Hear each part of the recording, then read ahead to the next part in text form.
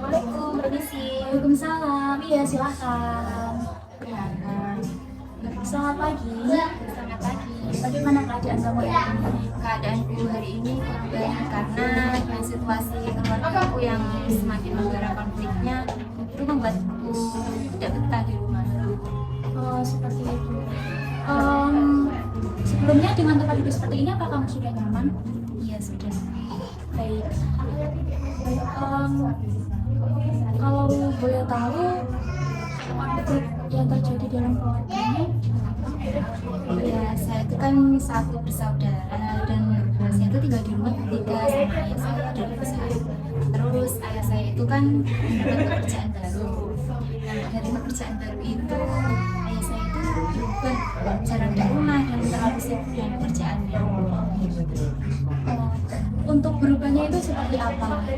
Ya contohnya itu kayak dulu itu selalu makan bersama di rumah. Nah karena ibu saya kan juga tidak bekerja, hanya ibu rumah tangga. Jadi dengan situasi yang seperti dulu itu tidak bisa dilakukan kembali. Lalu bagaimana perasaan kamu ketika hal itu terjadi, ketika kamu mengetahui bahwa ayah kamu tidak seperti itu? Ya saya itu cukup sedih dan saya sudah mencari informasi kenapa ayah saya itu seperti itu. Ibu saya pun juga sering sekali berbicara dengan ayah saya. Terus pada malam hari ketika ibu saya sudah tidur, saya sempat memergoki ayah saya yang sedang telepon dengan temannya. Awalnya saya berpikir teman itu adalah rekan kerjanya, tapi kok tumben malam-malam itu telepon. Kita tidak mungkin kalau itu hanya membahas soal kerjaan saja. Sepertinya kamu menduga-duga bahwa itu bukan rekan kerjanya ayah kamu. Awalnya saya sempat menduga itu rekan kerjanya, tapi kok semakin hari semakin ke situ. Terus saya menduga kalau ayah saya itu selingkuh. Bahkan ibu saya juga pernah bilang kalau ayah saya itu selingkuh. Ibu kamu bercerita sama kamu. Ya ibu saya bilang, ibu saya sempat mengecek HP ayah saya, ada WhatsApp yang memang tidak wajar rekan kerjanya. Chat WhatsApp gitu ya. Ibu kamu bercerita semuanya itu ke kamu. Iya, tapi ibu saya tidak memperlihatkan chatnya itu. Ibu saya bercerita dan ayah saya itu sedang sakit. Bagaimana respon kamu ketika kamu mengetahui cerita dari ibumu itu tadi? Ya, saya sempat shock. Saya sempat tidak percaya apakah benar. Tapi ibu saya meyakinkan saya bahwa itu salah dan benar. Apakah ibu kamu bercerita dengan emosi yang membara atau dengan menangis atau gimana? Iya, ibu saya sempat memeluk saya dan bercerita semua apa yang unek-unek ibu saya rasakan. Kan juga sering sekali mereka berdua bertengkar di tengah malam di saat ayah saya sedang kerja. Kalau untuk perilaku ayah kamu sendiri, ke kamunya gimana? Apakah ada perubahan yang sangat signifikan? Semisal kayak kamu sama ibu kamu menduga bahwa ayah kamu itu selingkuh, dan kamu itu juga mengetahui bahwa ayah kamu itu teleponan di malam hari. Nah,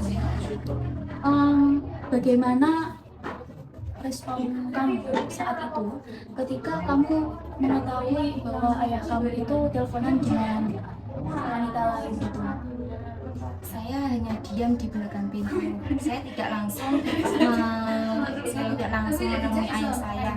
Tapi saya hanya menguping pembicaraan mereka berdua. Dan di dalam pembicaraan itu mereka sempat mau merencanakan liburan bersama. Sampai ke liburan bersama, apa kamu berbicara dengan ibu kamu tentang itu? Tidak, saya tidak mengetahuinya karena kasihan, soalnya ibu saya mungkin saat itu lagi stres mikir semua permasalahannya. Nanti kalau semisal aku memberitahu tentang itu, kasihan, soalnya ibu saya mempunyai riwayat penyakit. Betul, karena menurut saya kalau ibu kamu juga memiliki riwayat penyakit akan lebih baik kalau kakaknya diajak sambil penelitiannya dulu, karena kakaknya juga belum memiliki bukti yang benar-benar valid gitu ya. Tapi kakaknya sudah pernah memergoki ayahnya sedang selingkuh lewat teleponan dengan rekan kerjanya itu tadi. Nah, kalau begitu permasalahan ini akan lebih baik kalau kakaknya itu berbicara dengan ibu kakaknya terlebih dahulu, yaitu dengan menenangkan. Ketika ibu kakaknya itu sedang bercerita tentang hubungannya, kakaknya harus lebih bisa menenangkan ibu kakaknya, yaitu dengan memeluk, kemudian dengan berkata bahwa semuanya pasti akan baik-baik saja, dan kalaupun ada kebohongan dari ayahnya kakaknya, itu pasti lama-lama akan tercium. Yang lebih baik sekarang mempertahankan itu selagi bisa dipertahankan dalam keluarganya itu. Kalaupun tidak bisa dipertahankan, mungkin itu ada di tangannya ibu kakaknya ya. Lalu kalau untuk kakaknya sendiri, mungkin itu akan mempengaruhi psikologis kakak ya, karena kakak setiap malam dengar pertengkaran seperti itu. Nah, kakak bisa pakai headset sebelum tidur gitu, supaya kakaknya tidak dengar keributan itu. Kalau kakaknya pengen tenang dalam sesaat itu ya, sesaat pengen tenang pengen tidur, kakak bisa pakai headset dulu. Kalau enggak gitu, kakak coba tidur lebih awal aja supaya tidak mendengarkan pertengkaran itu tadi. Kemudian kalau untuk permasalahannya itu, kalau ayahnya kakaknya itu benar-benar udah nggak peduli sama kakaknya, itu gimana? Kalau dengan saya tuh masih peduli. Semisal saya mengajak ke sana itu ya saya masih mau seperti ya, tidak ada perubahan dan sikapnya. Tapi kalau ke ibu saya hampir 80% itu sangat berubah dengan awal mula sebelum memiliki pekerjaan barunya. Berarti untuk ke ibunya itu lebih berubah. Kalau untuk ke kakaknya itu tetap sayangnya masih 100%. Jadi menurut saya, karena dari kakaknya itu sayangnya masih 100%, masih belum ada perubahan. Mungkin bedanya kalau kakaknya lagi sebelumnya kakaknya tadi pas ayahnya lagi teleponan, ayahnya ngerti nggak? Maksudnya kayak kakaknya mergoki kakaknya teleponan itu berapa kali? Sekali atau Sudah 3 kali. Untuk yang terakhir ini saya sempat tahu kalau saya itu menghubungi pembicaraan mereka. pas waktu kakaknya ngomong itu kan ayahnya tahu? Apakah ayahnya bilang gimana gitu sama kakaknya? Ya, ayah saya selalu mengalah dan terus bilang kalau itu rekan kerjanya, dan selalu meyakinkan saya bahwa ayah saya itu tidak pernah berbuat seperti itu. Berarti ayahnya itu lebih ke menenangkan kakaknya, tapi kakaknya sudah terlanjur tahu gitu ya. Kalau dalam permasalahan ini, ayahnya kakaknya kan tidak berubah sama sekali. Sayangnya ke kakaknya, bahkan lebih itu kayak mau lindungi kakaknya supaya kakaknya tetap tenang aja gitu. Kalau untuk ke ibunya kan berubah. Nah, kalau kakak sendiri lebih condong ke ayah atau ke ibunya? Kalau saya tidak terlalu memilih ya, soalnya ibu saya juga kasihan dengan ibu saya, tapi di sisi lain mungkin karena pekerjaan barunya itu yang membuat ketenangan di kakak saya. Berarti lebih ke kakaknya itu netral gitu ya, tapi agak kecewa dengan perlakuan ayahnya ya. Jadi kakaknya kecewa dengan perlakuan ayahnya, kemudian kasihan dengan ibunya. Kakak sudah melakukan apa hal yang kakak lakukan setelah kakak ngerti kan, kakak ibunya kan cerita-cerita gitu kan, apa yang kakak lakukan supaya mereka, apakah ada gitu, supaya mereka itu bisa berdamai kembali? Sempat saya berpikir kalau saya itu mau ngikutin ayah saya, tapi saya juga berpikir di sini waktu itu ibu saya itu selalu bersama saya, dan nggak mungkin saya akan meninggalkan ibu saya itu sendiri di tempat itu. Contohnya kayak saya sering periksa, misal periksa tentang penyakitnya, kontrol, jadi saya selalu memeriksa.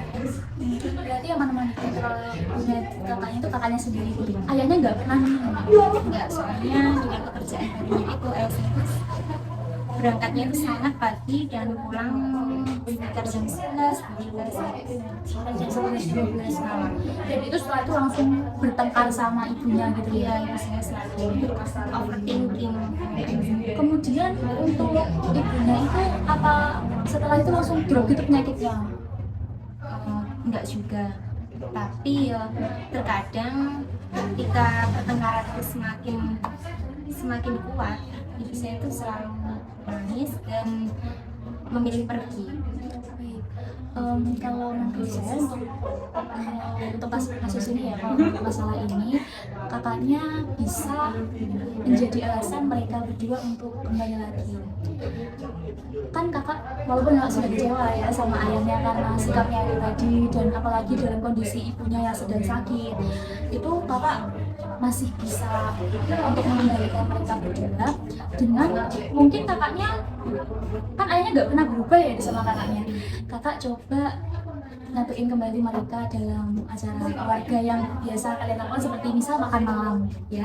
Misal kalian melakukan makan malam bersama, kemudian kakaknya berbicara kayak kita udah lama nih nggak ngapain ini bareng, kita udah lama nih nggak gini bareng, seperti itu. Nah setelah itu kakak juga bisa bilang ke ayahnya kalau untuk sesekali menemani kakak mengantar ibunya periksa seperti itu, karena kan kakaknya biasanya sendiri dan ayahnya kakaknya itu kan ngikut sama kakaknya seperti itu. Jadi sekali-kali kakaknya juga bisa memaksa ayahnya untuk ikut. Kan dari itu ibunya kakaknya kan jadi kayak oh suami aku udah berubah, udah mencoba untuk kembali seperti dulu lagi, seperti itu. Setelah itu kakaknya juga bisa bilang ke ayahnya supaya menghentikan perilaku yang kurang menyenangkan itu. Kan kakaknya sudah tahu ya, sudah pernah memergoki. Kakaknya bisa bilang sama ayah waktu ayahnya lagi free, lagi santai seperti itu, kakak bisa mendekati ayah kakaknya, lalu kemudian kakak bilang sebenarnya kalau kakak itu udah gini gitu ya, udah tahu ya. Jadi kakak mohon banget ayah jangan kayak gitu, kasihan ibu itu lagi sakit seperti itu. Dan kemudian untuk ibu kakaknya bisa menenangkan lagi dengan bilang bahwa ayah sudah mulai berubah, ayah sudah memiliki keinginan untuk berubah menjadi seperti dulu lagi. Dengan seperti itu kedua orang tua kakaknya itu lambat laun akan bisa bersatu lagi dengan bantuan dari kakaknya. Karena kalau bukan dari kakaknya dari siapa lagi? Karena kan biasanya kalau kedua orang tua itu sudah bertengkar, mereka berdua itu kan apalagi bertengkarnya sampai model itu kayak kakaknya cerita tadi ya, itu pasti egonya sama-sama lagi tinggi gitu kan. Jadi kalau untuk menurunkan egonya mereka itu mungkin mereka akan mau dengan anaknya, karena dari cerita kakak tadi kedua orang tua kakak itu terlihat sangat menyayangi kakaknya gitu, seperti itu. Iya. Baik, sebelumnya kalau boleh tahu setelah kakak bercerita seperti ini, apa sudah lega ibu dalam perasaan kakaknya? Iya, saya sudah cukup reda karena saya bisa berbagi cerita kepada orang lain. Kan soalnya biasanya itu saya tidak pernah bercerita ke siapapun dan tidak ada yang mau saya ceritain ke orang tersebut. Berarti suka memendam sendiri gitu ya kak ya. Baik, sebelumnya bagaimana dengan soal saya sudah bisa dapat diikuti ya kak ya, bisa dapat diterapkan dalam keluarga kakaknya. Apakah ada yang ditanyakan lagi? Sudah cukup. Apabila ada yang mau saya tanyakan lagi, saya akan hubungi kakak lagi. Bisa langsung saja hubungi dan kita jadwalkan lagi untuk konsultasi di hari berikutnya ya kak ya. Terima kasih karena sudah mau berbagi cerita, terima kasih sudah mau berbagi unek-uneknya juga ya. Terima kasih karena sudah percaya kepada saya, dan terima kasih buat kakaknya karena sudah bisa bertahan dan memiliki kemauan untuk menyatukan kedua orang tuanya kembali. Kalau begitu kita bisa akhiri sesi konseling ini. Kalau saya ada salah mohon dimaafkan ya kak ya. Iya. Kalau begitu sampai bertemu di lain waktu. Assalamualaikum warahmatullahi wabarakatuh. Waalaikumsalam.